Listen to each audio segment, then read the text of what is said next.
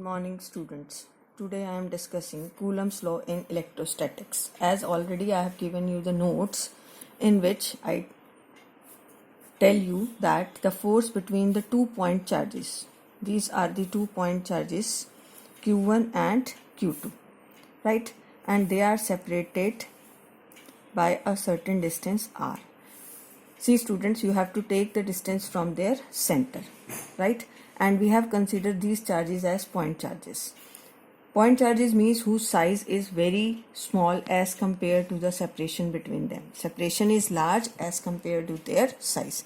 And the force present between them is directly proportional to the product of the magnitude of the two charges Q1 and Q2 and inversely proportional to the square of the separation between them. If you remove this proportionality sign, you will get a constant K, right? And this constant K is called as electrostatic force constant.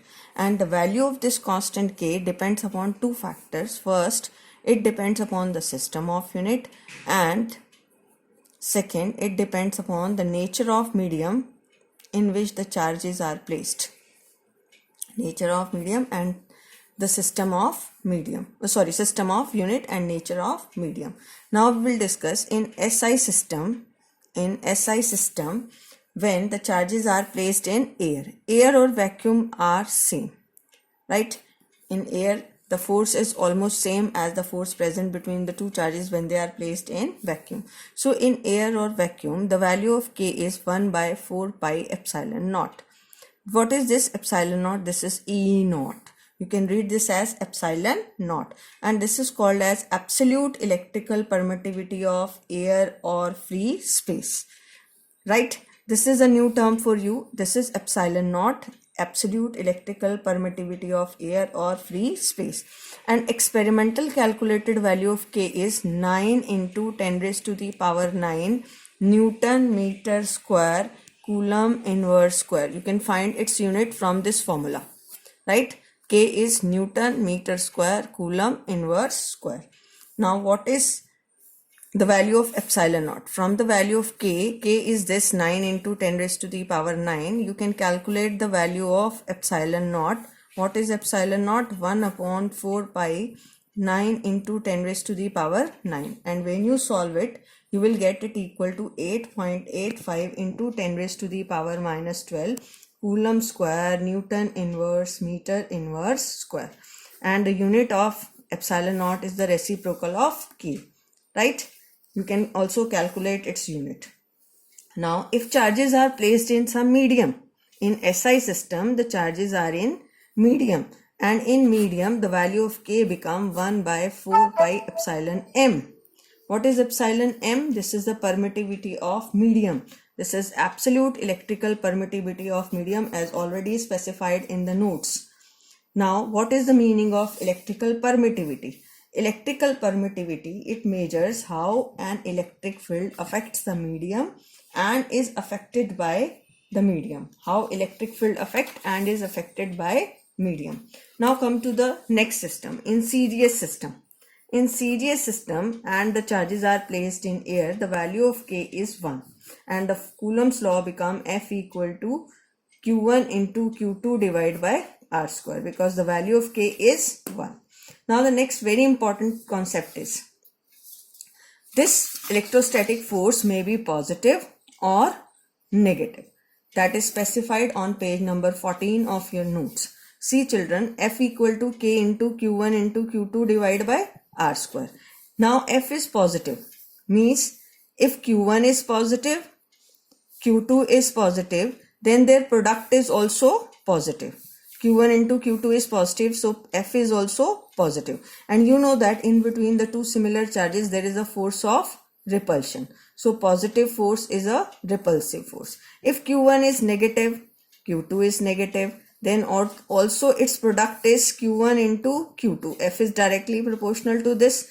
So negative term multiplied by negative term, it again make force as positive. And this is also repulsive force. This means when force is positive, then it represents repulsive force. If Q1 is positive and Q2 is negative, right, Now the product of these two, F equal to directly proportional to Q1 into Q2, that is positive term, multiply by negative. So always you will get negative value. So force is negative, it means attractive. So learn it. Whenever the force is positive, the repulsive force is present between the charges, and when force is negative, attractive force is present between the charges. This is specified on page number 14. Now very important term is the variation between force and distance. If I will say F, plot the graph between F and R.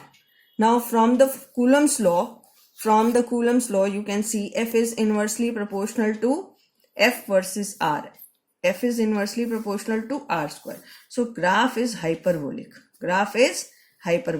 And this is positive force, right?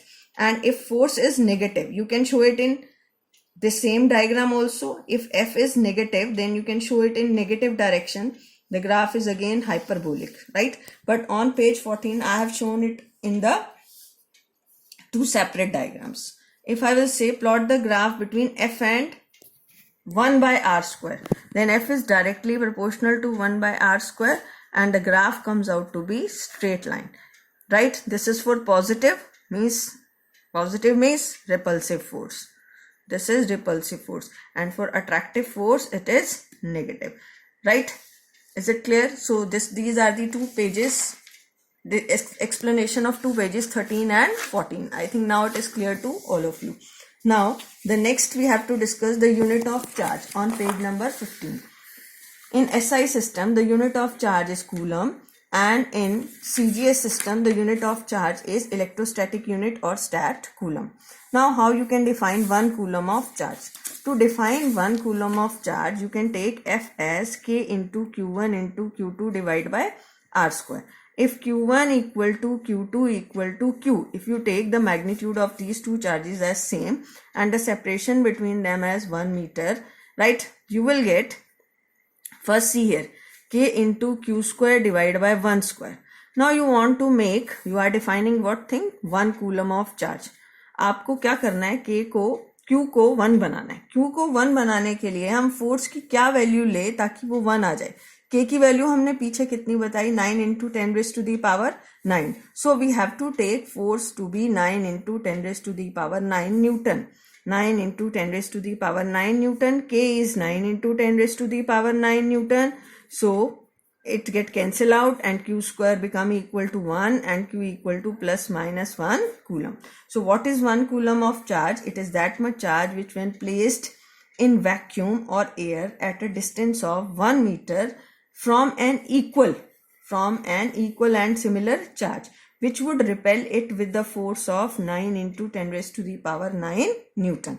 ठीक है, force 9 into 10 raised to the power 9 Newton क्यों लिया? ताकि इस k को क्या कर दे, वो cancel. Is it clear? Now the next is in CGS system, its unit is stat coulomb or electrostatic unit. We have to find the relation between stat coulomb and this coulomb, that is specified on page number 15. Now to find this relation, you know that what is the charge on one electron? 1.6 into 10 raised to the power minus 19 coulomb, right? And in CGS system, the charge on electron is 4.8 into 10 raised to the power minus 10 stat coulomb. Now you can equate it 1.6 into 10 raised to the power minus 19 coulomb, 4.8 into 10 raised to the power minus 10 stat coulomb. Now you can ask from me how you are equating, because you can write 3 meter as 300 centimeter also. Either you are taking it as SI system or you are taking it in CGS system, the value remains same. So here also 1.6 into 10 raised to the power minus 19 coulomb is equal to 4.8 into 10 raised to the power minus 10 stat coulomb. What is the value become? 4.8 into 10 raised to the power minus 10 divided by 1.6 into 10 raised to the power minus 19, 3 into 10 raised to the power 9 stat coulomb. So you can learn it, 1 coulomb is 3 into 10 raised to the power 9 stat coulomb. Clear? Now come to the page number 16. We have to define dielectric constant or relative electrical permittivity. It's very simple. You can directly see from your notes on page number 16. I have taken 2 charges Q1 and Q2 kept at a distance R, right? and they are first placed in air. What is the force present between them? 1 by 4 pi epsilon naught q1 into q2 divided by r square. Now the same charges are placed in a medium. So what is the force present between them? 1 by 4 pi epsilon m q1 into q2 divided by r square. Now divide 1 and 2. So force in air divided by force in medium. These terms get cancelled out. 1 by 4 pi get cancelled out and it become 1 by epsilon naught, 1 by epsilon m. It is epsilon m by epsilon naught. And what is this term? This is called as dielectric constant, that is small k, and it is epsilon r. So what is epsilon r? Epsilon m by epsilon naught. Means it is also defined as the ratio of absolute electrical permittivity of medium to the absolute electrical permittivity of free space. This is the first definition, right? Second definition you can explain from this formula, F air divided by Fm. It is also defined as the ratio of force of interaction between the 2 point charges placed at certain distance in air to the force of interaction present between the same charges placed at same distance in some medium. So the formula is F air divided by Fm, means the force present in the charges in air, force present between the two charges when they are placed in medium. Right? And dielectric constant has no unit, because this is the division of here you are getting it by, or you are obtaining by dividing the two same physical quantity. And for different quantities the value of K is, for air it is 1, for hydrogen it is 1.0026, for glass it is 3 to 4, for mica it is 3 to 6, and for water it is 81. Question is, why NaCl dissociate or dissolve in water easily? How you explain it? In Na plus and Cl minus ion, there are ionic forces, right? Ionic bond is formed and this is a strong force of attraction in air. But when you place this NaCl in water, what happens? In water, the force get decreases. By which formula? From equation number 3, F air divided by F water is K. And what is K value for this? K is 81 or 80. So F in water is F air divided by K. F air divided by 80. Right? F air divided by 80 means this is the force in air divided by 80. When you are dividing some force with some quantity, then the force get reduced. So that's why NaCl get easily dissolved in water. Now come to the page number 17. This is the last topic of today's lecture. In this, we have to prove the Coulomb's law in vector form. To prove Coulomb's law in vector form, what we have to prove? That it obeys which law? Newton's third law. I am now explaining it. Let us suppose there are two charges Q1 and Q2. Listen it very carefully. And the separation between them is R. Right? Now, can you tell me, students, that which type of force is present between them? Force of repulsion. Q1 exert the force on Q2. Q2 exert the force on Q1. Now I am saying F12 is the force on Q1. Force on Q1. Q1 पे force लग रहा है, कौन लगा रहा है? Q2. कौन सी direction में लगाएगा? F12. It is a repulsive force, right? This, I think